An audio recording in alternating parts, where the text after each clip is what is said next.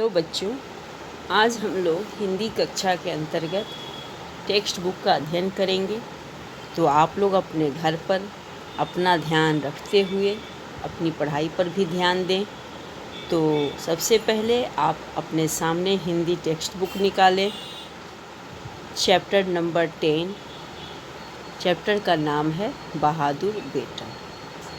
तो चैप्टर पढ़ाने से पहले मैं आपको कुछ बातें आपके सामने रखती हूँ। जैसे कि पिछली कक्षा में मैंने जो भी अभी तक टेक्स्ट बुक हो या ग्रामर बुक हो, उसके अंतर्गत जो भी चैप्टर मैं पढ़ा चुकी हूँ, उन चैप्टर से संबंधित जो प्रश्न और जो होमवर्क मैं देती हूँ उसे भी आप अपनी कॉपी में करके रखें। ये नहीं कि कॉपी चेकिंग नहीं हो रही है तो हम नहीं करेंगे। और जो वर्कशीट के रूप में जाता है क्वेश्चन इनसाइड क्वेश्चन, उसे भी आपको अपनी कॉपी में करना है। तो ये ध्यान में रखें और इसी अनुसार आपको अपने chapter wise question answer complete करना है। और साथ ही साथ चैप्टर से संबंधित जो शब्दार्थ हैं उन्हें भी याद करते जाएं, क्योंकि सितंबर में आपका हाफ ईयरली एग्ज़ाम होगा।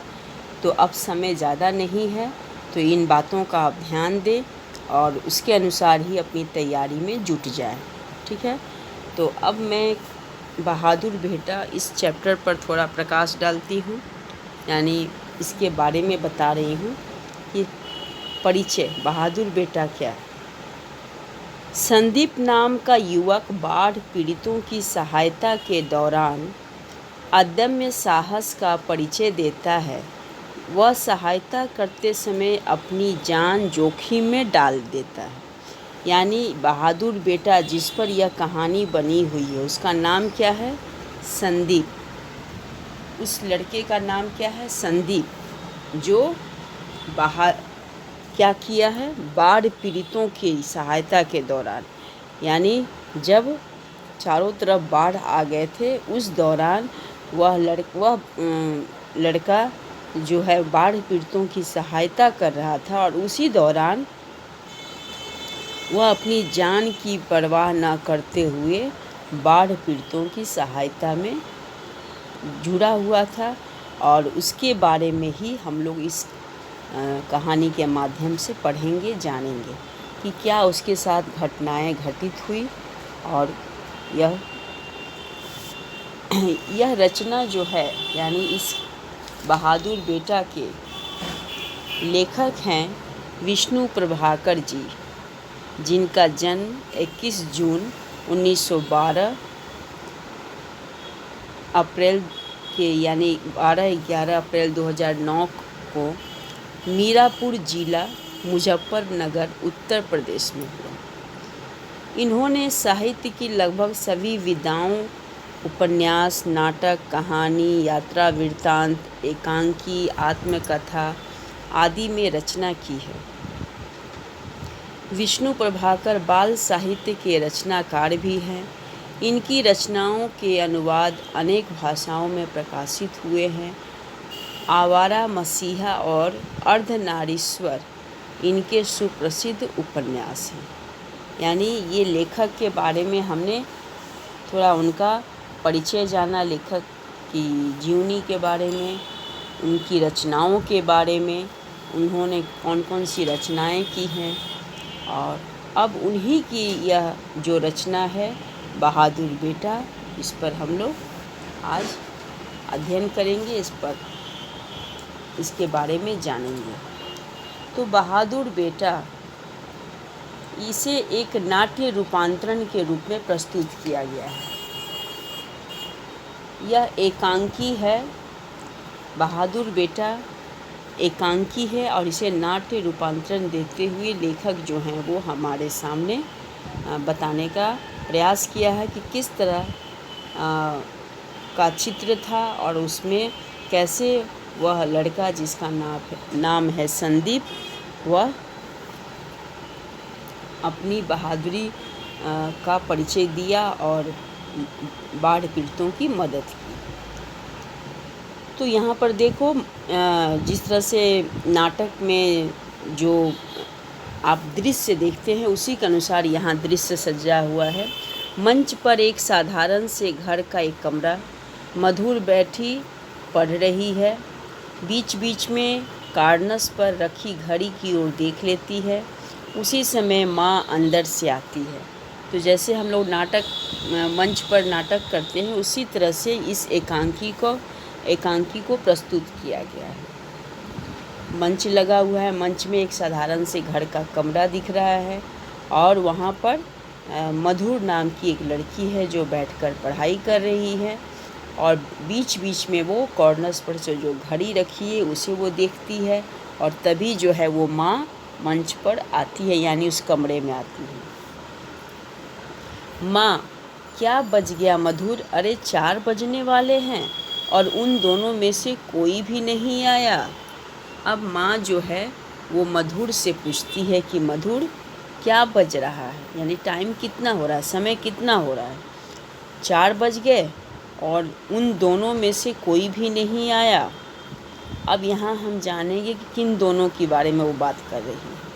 मधुर, यही तो मैं देख रही हूँ। बड़े भैया तो 12 बजे तक आ जाते थे और 2 बजे तक कुलदीप भी आ जाता था। आज दोनों न जाने कहाँ चले गए।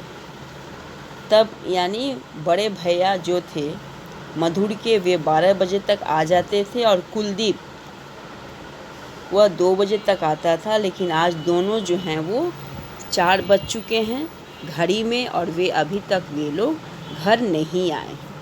इसी समय कुलदीप तेजी से भागता हुआ आता है। कुलदीप, माँ तुमने सुना? मधुर, तुम अब कहाँ थे कुलदीप? कुलदीप जो है वो छोटा बेटा है, ठीक है। बड़े बेटे का नाम यहाँ नहीं अभी बताया गया है और छोटे बेटे का नाम है कुलदीप और लड़की का नाम क्या है? मधुर। तो ये पाठ परिचय है, इसे मैं बता देती हूँ। तो बड़े बेटे का ही नाम होगा संदीप, जैसे कि पाठ की भूमिका को हमने समझते हुए ये बताई। तो कुलदीप हुआ छोटा बेटा, मधुर है बेटी का नाम और बड़े बेटे का नाम है संदीप। माँ तुमने सुना? मधुर, तुम अब तक कहाँ थे कुलदीप? अब यह बात उसकी बहन पूछ रही है कि तुम अब तक कहाँ थे? माँ, हाँ, आज इतनी देर कैसी हो गई? तुमने सुना नहीं माँ, बहुत बुरी हालत है। तब माँ बोलती है, किसकी बुरी हालत है, क्या हुआ? कुलदीप, माँ तुम सुनती तो हो नहीं, बड़े जोर का तूफान आया है, नदियों में बाढ़ आ गई। स्कूल में मास्टर जी कह रहे थे गांव के गांव बह गए, सैकड़ों आदमी मर गए, जानवरों का तो कहना ही क्या, मकान गिर पड़े, बस चारों तरफ हाहाकार मचा। तब कुलदीप बता रहा कि माँ तुम सुनती कुछ नहीं हो, चारों तरफ यह तूफान आया है और जिस कारण नदियों में बाढ़ आ चुकी है। हमारे स्कूल के मास्टर जी भी कह रहे थे कि इस बाढ़ में गांव के गांव जो है वो बह गए हैं और सैकड़ों आदमी बाढ़ के वजह से मर गए हैं। जानवरों का भी कोई अता पता नहीं है और जो मकान है वे सभी गिर पड़े हैं। यानी कहने का अर्थ है कि चारों तरफ बाढ़ के वजह से हाहाकार मचा हुआ है। यह बात कुलदीप अपनी माँ से बता रहा है। अब आगे देखो, मास्टर जी ने कहा है कि हम लोगों को उनकी मदद करनी चाहिए, वहाँ जाना चाहिए, उनको कपड़े और पैसे देने चाहिए। तेज़ी से बोलता चला जाता है और यह बात कुलदीप बोल रहा है कि मास्टर जी ने कहा है कि हमें बाढ़ पीड़ितों के लिए मदद करनी चाहिए और इसलिए यह बात वह तेज़ी से बोलते हुए चला जाता है। माँ, तू तो बेटा एक सांस में इतनी बात कह गया कि मेरी तो कुछ समझ में नहीं आया। सुना तो मैंने भी है कि जोड़ की बाढ़ आई है, पर इतना नुकसान हो गया यह किसी ने नहीं बताया था। तब माँ ने कहा कि हाँ, मैंने भी सुना है कि जोड़ों की बाढ़ आई है, लेकिन इतना नुकसान जो तुम बता रहे हो इसके बारे में मुझे किसी ने नहीं बताया था। मधुर चर्चा तो आज हमारे स्कूल में भी हो रही थी, पर ऐसी कोई बात मैंने नहीं सुनी कितना नुकसान हुआ। अब इस बात को हामी भरते हुए उसकी बहन भी कह रही है कि माँ, मैंने भी अपने स्कूल में ये बातें सुनी हैं, लेकिन इतना नुकसान हुआ है इसके बारे में किसी ने नहीं कहा। कुलदीप, तुमको कुछ पता भी है? इतने जोरों का तूफान आया कि नदी का सारा पानी गांव में भर गया और अभी भी नदी बढ़ रही है। अभी भी नदी जो है वो बढ़ रही है, यानी नदी चारों तरफ, नदी का पानी और भी तेज़ी से बढ़ते जा रहा है। कल तक यहाँ भी बुरी हालत होने वाली है, इसलिए यह हुक्म हुआ है कि जो कोई कुछ भी कर सके करे। जो युवक है और स्वस्थ है वे वहाँ जाकर लोगों को बचाने का काम करे। जो धनी हैं वे धन दे, जिनके पास अनाज है वे अनाज दे, कपड़े हैं कपड़े दे। तो कुलदीप बता रहा है कि इस तरह अब कल तक हमारे यहाँ भी पानी जो है वो बढ़ते हुए आ जाएगा। और यह हुक्म दिया गया है सरकार की तरफ से कि जिनके पास जो कुछ भी है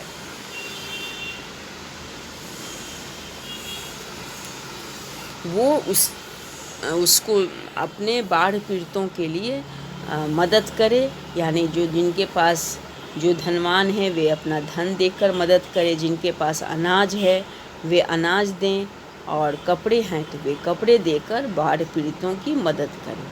माँ, हाँ, यह तो होना चाहिए। मेरे पास पैसा तो नहीं, लेकिन जो कुछ हो सकता है वह अवश्य करूँगी। कहाँ भेजना होगा पैसा? तो यहाँ अभी तक हमने जो पढ़ा बच्चों, इसमें यह एक गांव की घटना के बारे में वर्णन किया गया है।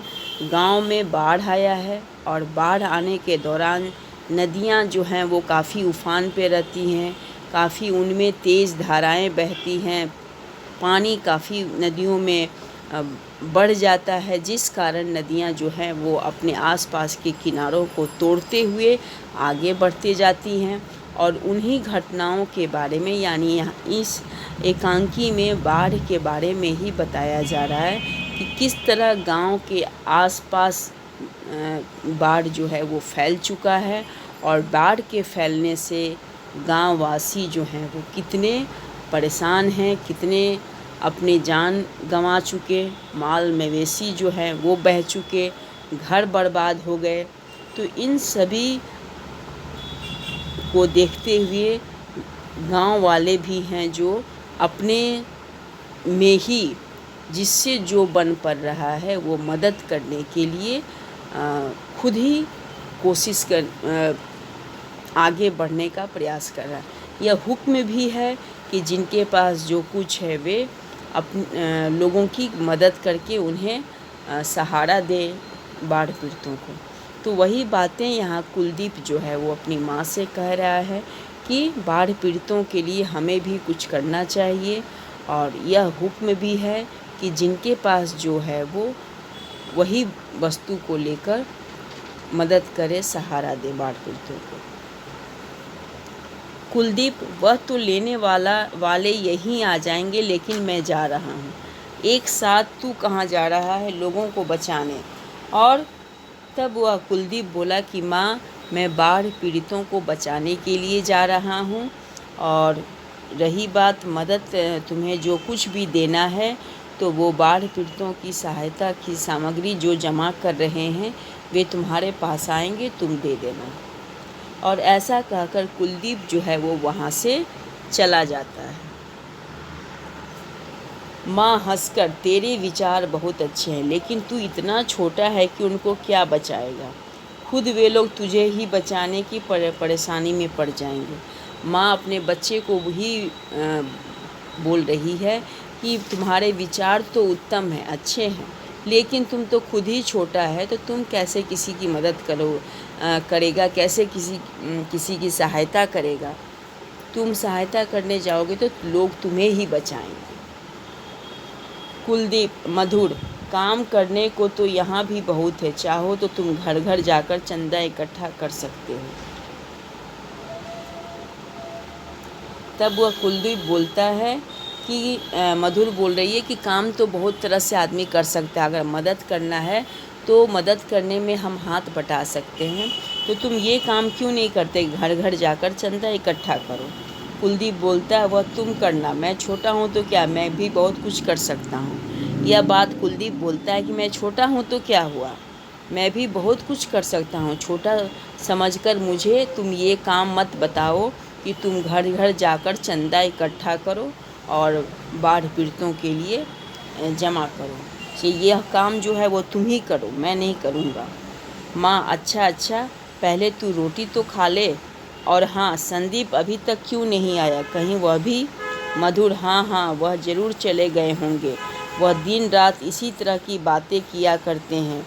मैं कुछ करना चाहता हूँ, मेरे पिता और मेरे चाचा ने आज़ादी की लड़ाई लड़ी थी। यानी उसके पिता जो थे वे भी आज़ादी की लड़ाई में योगदान अपना दिए थे, तो यह बात उसके पुत्र यानी संदीप के मुख से बराबर सुनने को मिलता था कि मैं भी कुछ करना चाहता हूँ अपने पिता और अपने चाचा की तरह अपने देश के लिए। मेरे देश के हजारों लोगों ने अपने प्राण दिए थे, अपना सब कुछ लुटा दिया था, अब मुझे भी तो कुछ करना चाहिए, मुझे भी अपने देश की सेवा करनी चाहिए। तब वह बोले कि मैं भी चाहता हूँ कि मैं भी अपने देश के लिए कुछ करूँ, क्योंकि हमारे जिस तरह हमारे पिता और चाचा ने अपने देश के लिए अपना सब कुछ लुटा दिया, तो मैं भी उन्हीं की संतान हूँ, मेरे अंदर भी वही जोश है, वही जुनून है, तो मैं भी चाहूँगा कि मैं भी अपने देश के लिए कुछ करूँ। तो यह बात जो है वो हमेशा संदीप अपने घर पे बोलते रहता था, जिस कारण सभी इन बातों की चर्चा कर रहे हैं। अब आगे देखो बच्चों,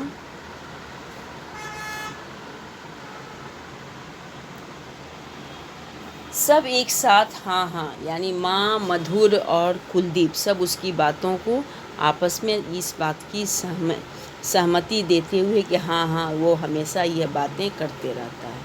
युवक यह बताने आया कि संदीप बाढ़ पीड़ित लोगों की सहायता करने के लिए चला गया है। एक युवक, एक गांव का एक लड़का वो आकर बताता है घर पे कि संदीप जो है वो बाढ़ पीड़ितों की सहायता करने के लिए चला गया है, जिस वजह से अभी तक वह घर जो है वह नहीं आया। यह बताने के लिए ही वह आकर घर आया है। कौन? एक युवक, यानी गांव का एक युवक है जो यह बताने के लिए आया है कि संदीप जो है वो बाढ़ पीड़ितों की सहायता करने के लिए चला गया है, जिस कारण वह अभी तक नहीं आया। माँ घबरा कर, क्या तो भैया चले ही गए? यानी माँ भी घबरा गई यह बात सुनते ही कि वो चला गया। और इधर मधुर जो है उसकी बहन, वह भी बोल रही है कि भैया चले गए। यानी दोनों यह सुनकर आश्चर्य में पड़ गए कि बिना बताए वह अभी तक घर नहीं आया और वह जाकर बाढ़ पीड़ितों की सहायता कर रहा है। यह अभी अभी मुझे तुम्हारे मुंह से सुनने को मिल रहा है। माँ सुनो। युवक, लेकिन आप कोई चिंता न कीजिए, तेजी से कहकर लौटता है। युवक बोलता है कि आप चिंता न कीजिए, और तब वह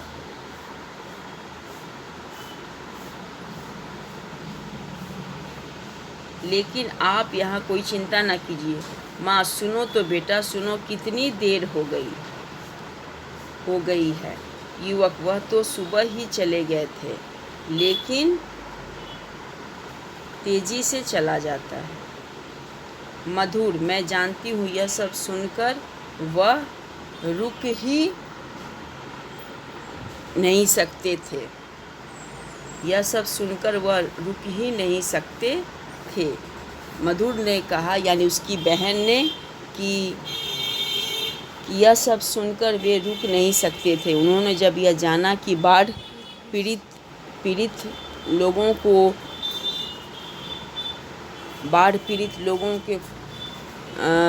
लोगों की मदद करनी है, लोग परेशान हैं, तो यह जानकर संदीप जो है वो खुद चले गए, और जिस कारण वे हम लोगों को खबर नहीं किए।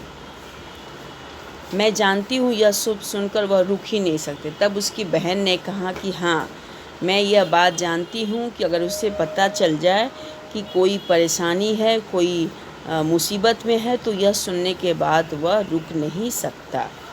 कुलदीप, लेकिन मुझे तो रुकना पड़ेगा, बहुत बुरे हैं, सब कामों में वही आगे रहते हैं। और यह कुलदीप, जो कि संदीप का छोटा भाई है, वह बोलता है अपने बड़े भाई को कि वह तो बहुत बुरे हैं कि वो खुद अकेले चले गए और मुझे लेकर नहीं गए, तो मुझे रुकना पड़ेगा। और इस तरह से संदीप जो है वह बार बार कुलदीप अपने बड़े भाई को बोल रहा है। और यह कहने के बाद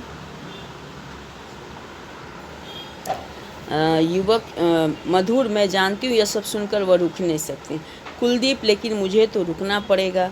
माँ हंसकर, वह बड़ा जो है, मुझे खुशी है कि वह ऐसा है, बिल्कुल अपने पिता पर गया है। जिंदगी भर वे भी यही करते रहे, कभी चैन से नहीं बैठे।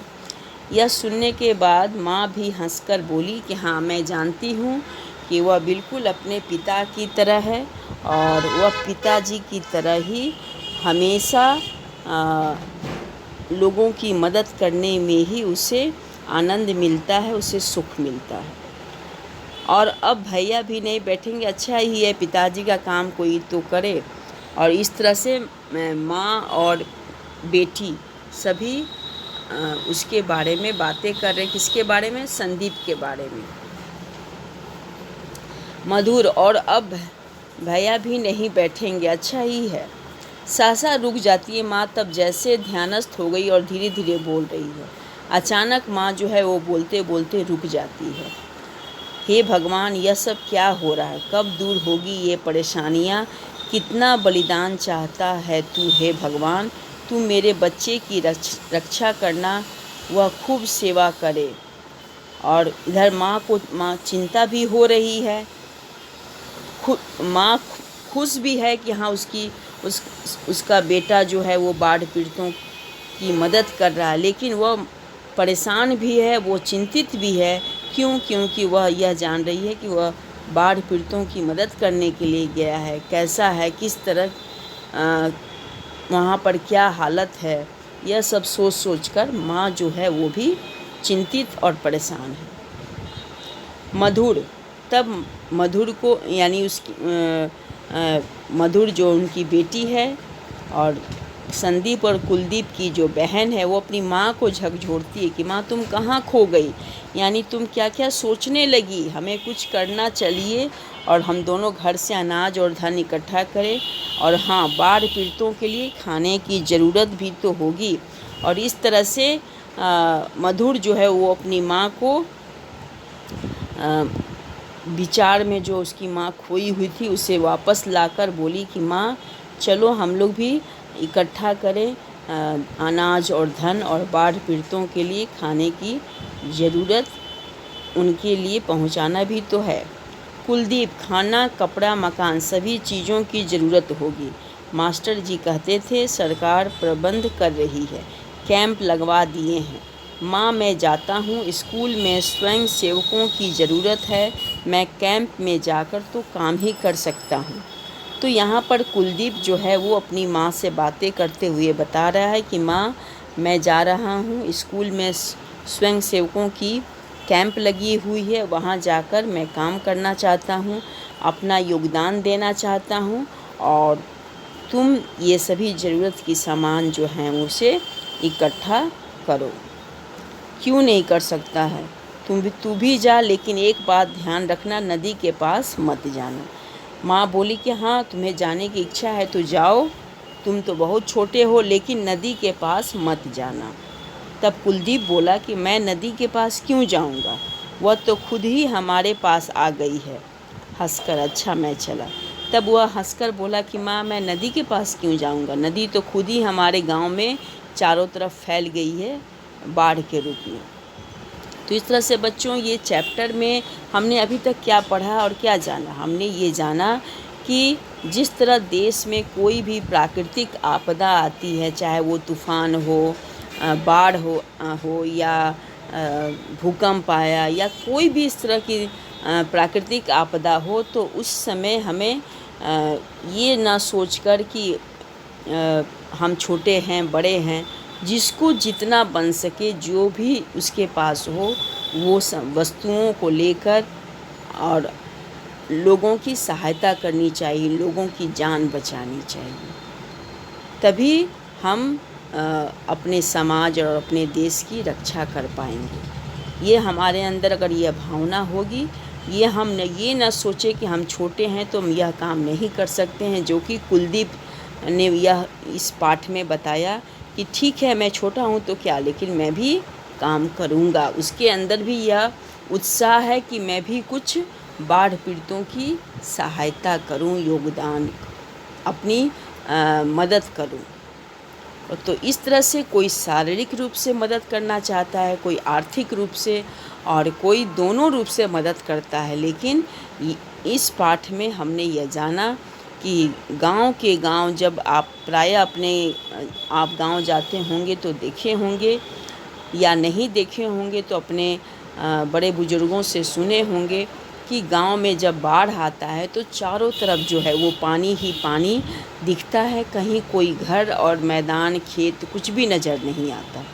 लोग जो हैं वो सुरक्षित जगह पे, वहाँ से लोगों को हटाया जाता है, किसी दूसरे जगह पर उन्हें ले जाया जाता है, और वहाँ पर उन्हें खाना, भोजन, ये सभी का प्रबंध खाना, कपड़ा, ये सभी का प्रबंध किया जाता है।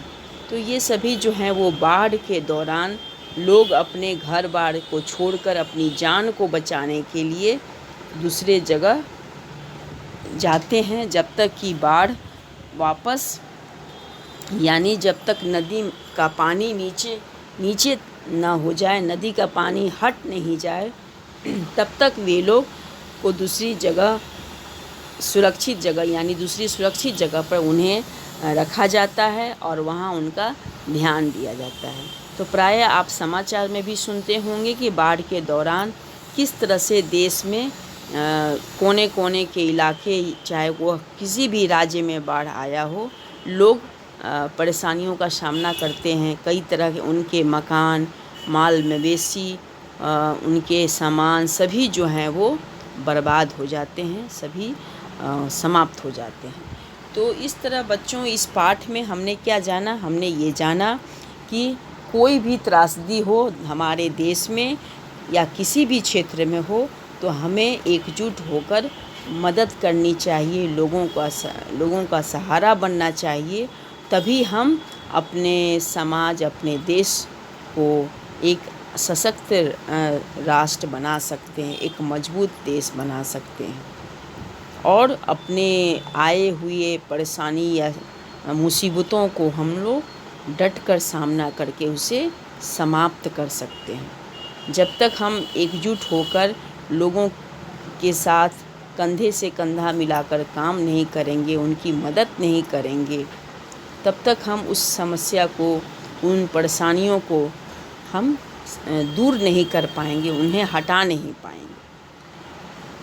तो ये इस चैप्टर में हमने अभी तक यही जाना कि बाढ़ की घटना के बारे में वर्णन किया गया कि बाढ़ गांव के चारों तरफ आया हुआ है। गांव के लोग जो हैं वो बाढ़ पीड़ितों की मदद करने के लिए उत्सुक हैं, और वे सभी जिनसे जो बन पड़ रहा है वे आगे आकर उनकी मदद करना चाह रहे हैं।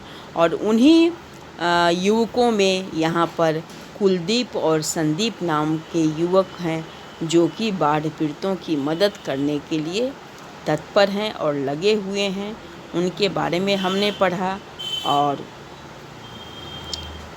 वे किस तरह अपने गांव के लोगों के साथ बाढ़ पीड़ितों की मदद करने के लिए अपना घर और अपने अनाज जो भी उनके पास है उसके साथ और अपने शारीरिक रूप से भी वे वहाँ पर जुड़े हुए हैं। यानी जो उनके पास वस्तुएं हैं उन्हें भी वे बाढ़ पीड़ितों के लिए सहायता अर्थ देना चाहते हैं और खुद भी वे शारीरिक रूप से वहाँ जुड़कर उनकी सहायता करने के लिए तत्पर हैं और सहायता करने भी वे लोग जा रहे हैं। तो बच्चों, आज मैं जो चैप्टर पेज नंबर 83 से लेकर 85 तक, यानी 83 पेज नंबर वहाँ से लेकर मैं 85 पेज नंबर तक पढ़ाई हूँ। तो आप लोग इस चैप्टर को पूरी तरह जहाँ तक मैं पढ़ाई हूँ उसे पढ़ लीजिएगा और जो बातें मैंने बताएं उन्हीं बातों का आप ध्यान में रखें कि इस पाठ से हमें यह शिक्षा मिल रही है कि हमें अपने देश और समाज में आए किसी भी मुसीबतों को दूर करने के लिए, परेशानियों को हटाने के लिए एकजुट होकर हमें कंधे से कंधा मिलाकर लोगों की मदद करनी चाहिए, लोगों की सहायता करनी चाहिए। तभी हम लोगों की परेशानियों को दूर कर सकते हैं, लोगों की मुसीबतों को दूर कर सकते हैं। तो बच्चों, आज ये जो चैप्टर है बहादुर बेटा, इस चैप्टर को आप अपने घर में ज़रूर रीडिंग करें, रीडिंग करके समझें, यानी पढ़ें इसे। और जहाँ आपको समझ में नहीं आए या कोई भी बात जो आपको समझने में आपको असुविधा हो रही हो तो आप उस बात को मुझसे लाइव क्लासेस में पूछ सकते हैं। तो मैं आशा करती हूँ बच्चों कि मैंने आज जो भी चैप्टर में लिखित बातें हैं उन्हें मैं आपके सामने रखी, आप उसे अच्छी तरह से समझे होंगे।